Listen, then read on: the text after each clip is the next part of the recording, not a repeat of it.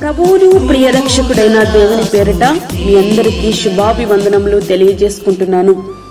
Jesus new creation ministries ద్వారా ఏ రీతిగా ప్రతిరోజు అనుదిన ఆహారమును మీతో పంచుకోవడానికి దేవుడిస్తున్న కృపను బట్టి దేవునికి అనలేని కృతజ్ఞతలు. ప్రియులారా, మనం క్రిస్మస్ దినాలలో ఉన్నాము. క్రిస్మస్ దినాలలో క్రీస్తుని ఆరాధించే వారిగా మనం ఉండాలి. క్రిస్మస్ దినాలలో దేవునికి అంగీకారమైనటువంటి క్రిస్మస్ దేవునికి ఇష్టంగా ఉండే విధంగా మనం చేయాలి. అట్టి రీతిగా దేవుడు మనల్ని సిద్ధపరచును గాక. వాక్య ధ్యానంలోనికి మనం వెళ్దాము.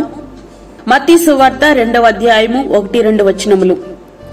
రాజైన హేరోదు దినములందు యూదియా దేశపు బెత్లెహేములో యేసు పుట్టిన పిమ్మట ఇదిగో తూర్పు దేశపు జ్ఞానులు యెరూషలేమునకు వచ్చి, యూదుల రాజుగా పుట్టినవాడు ఎక్కడున్నాడు?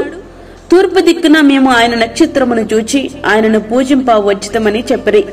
జ్ఞానులనబడినటువంటి వీరు తూర్పు దేశానికి చెందినటువంటి వారు. మన జ్ఞానము దేవుని జ్ఞానమునకు అందదు. దానికి జ్ఞానులే మనకు ప్రత్యక్ష సాక్షులు. తూర్పు దేశం నుండి బయలుదేరినటువంటి జ్ఞానులు ఆ నక్షత్రాన్ని వెంబడిస్తూ ప్రయాణాన్ని కొనసాగిస్తున్నారు. ఎడారులు, కొండలు, లోయలు, గుట్టల గుండా వారి ప్రయాణం కొనసాగిపోతూ ఉంది.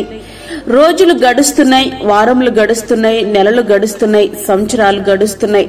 ఈ ప్రయాణం ఎంతకాలం, ఎంత దూరం, ఇంకా ఎన్ని రోజులు ప్రయాణం చేయాలో ఈలోపు వారు యెరూషలేమునకు చేరుకున్నారు.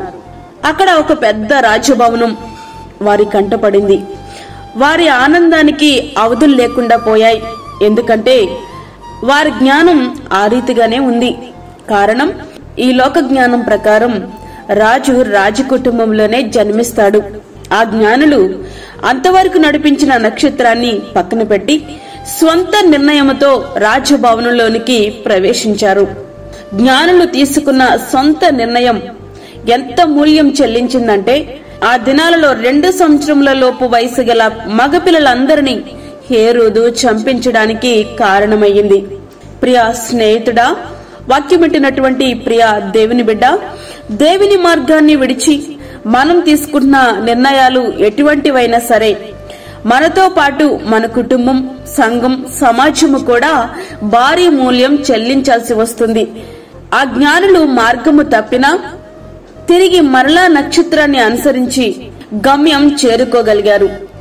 మన జీవిత ప్రయాణంలో ఎక్కడ తప్పిపోయామో, దేనికి ఆకర్షింపబడి దేవునికి దూరమయ్యామో ఈ క్రిస్మస్ దినాలలో ఒక్కసారి మనకు మనమే పరిశీలన చేసుకుందాం. ఎందుకంటే మనం అనుకుంటున్న మార్గమే మంచిదని మనం ముందుకి వెళ్ళిపోతూ ఉంటాం.